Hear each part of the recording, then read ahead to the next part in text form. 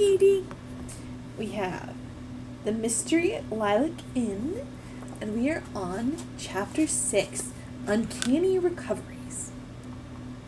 John and the others gaped in astonishment as the panel on the wall slid open. "Nancy, you're terrific!" John exclaimed, handing her his flashlight. Everyone crowded behind Nancy as she beamed the light into a wood-walled closet. It had a musty odor. "I don't remember seeing this on the floor plans of the inn," Emily said, puzzled, as Nancy stooped and shone the flash on something on the floor. It was a crushed, but still fresh lilac flower. It was those other blossoms which made me think there might be a concealed entrance into this room." "Nancy, you're a genius," said Mrs. Willoughby. "I never dreamed this spot was here. The thief must have been hiding in the closet." "But where did he go?" John asked. Nancy was feeling the rear wall of the closet. Her fingers touched a small metal latch. She turned it. A second panel slid open soundlessly. Beyond was the coat closet off the lobby of the inn. "This must be how the jewel thief got in and out of the dining room," Nancy announced. She walked on into the lobby, followed by the others. "Look!" Helen exclaimed, and pointed to a lilac bud near the front door. Nancy examined the bud, which proved to be fresh and moist. "The thief probably wore a sprig of lilacs. That makes me think the person was a woman." Mr. Daly agreed with Nancy. He admitted that he had not known of the hidden closet, and was perplexed as to who could have learned of it. "These panel openings must have fallen into disuse before I purchased the inn," he remarked. "One thing's certain," said Nancy. "The thief not only has an intimate knowledge of the original floor plan of Lilac Inn, but also knew two other things. That Emily was to receive her diamonds tonight, and where Mrs. Willoughby was going to present them." "Too bad I didn't get back sooner tonight," said John, frowning. "I might have met the thief. Incidentally, she must have had an accomplice to work the lighting system." "But how could they communicate at just the right moment if one of them was in the cellar?" Helen asked. "I can answer that," said Mr. Daly. "The panel board for the light control is directly under the private dining room. The floor is worn so thin that conversation upstairs can be heard down there." Nancy nodded. After the person in the cellar was sure the thief was hidden again, he or she turned on the lights to make the whole thing look like a temporary outside power failure. "What shall we do now?" Maud asked nervously. "Call the police immediately," Nancy advised. "No!" Emily cried out. Everyone looked at her in surprise. Emily flushed, but remained adamant. "If people hear we've had a robbery," she argued, "it may discourage them from coming to Lilac Inn. Calling in the police will mean newspaper publicity. Dick and I have worked too hard to risk it." "It'd be a shame if you didn't recover the diamonds," Helen spoke up. "But if you report the theft, at least you can collect the insurance, Emily, and use that money for the inn as you planned."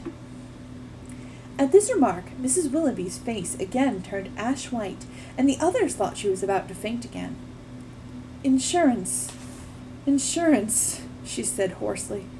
"There isn't any.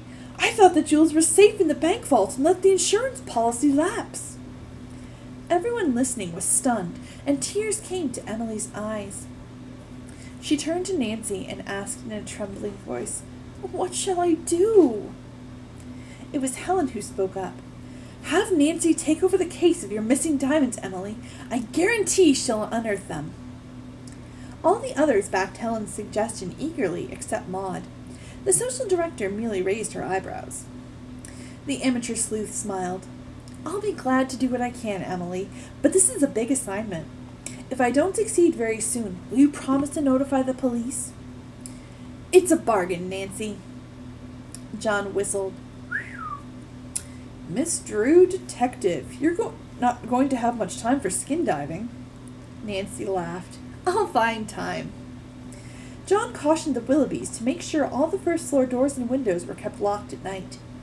He himself went outside to make another tour of the grounds. Emily reassured her unhappy aunt and persuaded her to go to bed. Maud said she would follow. The three girls decided to check the window and door locks in the various rooms.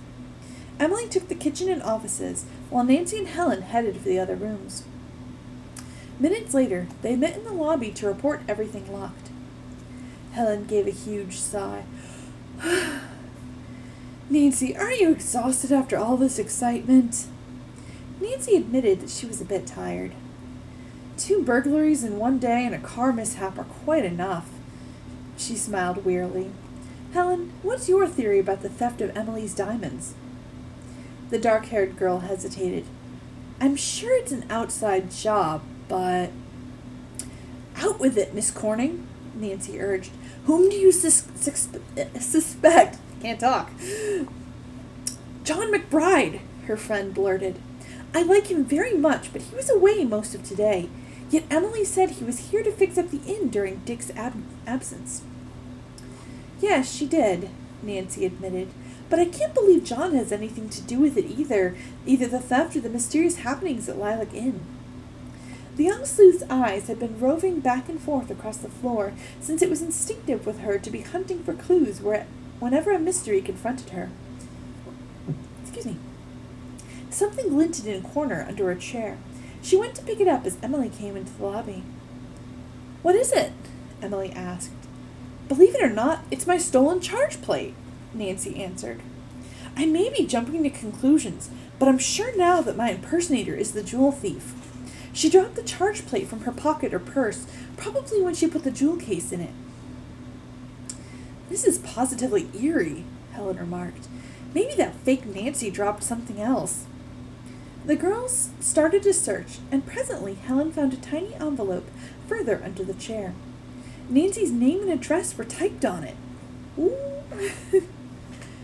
The charge plate must have been in this and slid out, she said. My impersonator must have decided to type the envelope to make sure she did not make a mistake when the clerk at Burke's department store asked for her address for the sales slips. I noticed the letter A is faint. Suddenly Nancy chuckled. Em, you didn't want the police notified about the jewel thief, but here's a chance to get police help without telling them. How? Chief McGinnis knows my charge plate was stolen by an impersonator, Nancy answered. With this typed clue, maybe he can find her, and I suspect that when he does, your thief will be caught. Nancy called Chief McGinnis at his home. She told him about the charge plate and envelope, and her suspicion that her impersonator, though not known to the inn's owners, must have been there. Please send the plate and envelope to me for fingerprint analysis, Chief McGinnis requested. Nancy promised she would and hung up, wishing she could have reported the jewel thief to him. It was after 11 o'clock when Helen and Nancy said good night to Emily and walked to their cottage. Both girls fell asleep almost as soon as their heads touched the pillows. But around 3 in the morning, Nancy was partially awakened by a noise. What was that? She thought, looking around the cottage with sleepy eyes. She listened.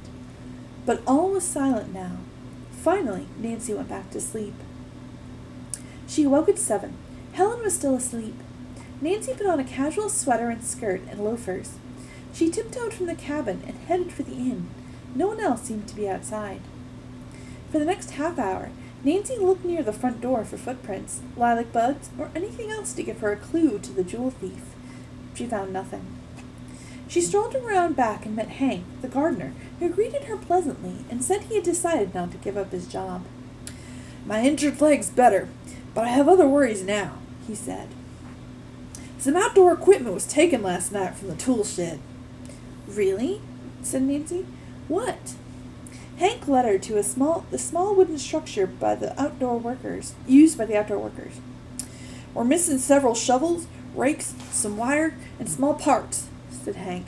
But worst of all, an expensive jigsaw that Mr. Farnham just bought is gone. More thefts, thought Nancy. Aloud, she asked, Is the shed locked at night? Hank said that it was, and that he was responsible for securing the shed after work. Probably none of the other men thought to ask Miss Willoughby for the spare key to lock up when I wasn't here. Nancy examined the soft dirt outside the shed. There were a number of footprints, all blurred and leading in different directions. As Jim, Gil, and Luke, the 3 other gardeners, reported for work, Nancy questioned each of them in turn. They confessed they had forgotten to lock the shed and said they had no idea who might have taken the tools. Before Nancy left the men, she suggested that Hank search the grounds once more before reporting the theft. As Nancy started up the front porch steps of the inn a few moments later, she was hailed by John McBride. "Look what I found!" he cried triumphantly. He held out Emily's white velvet jewel case. Ooh, do I think they have the diamonds in them? We're gonna find out.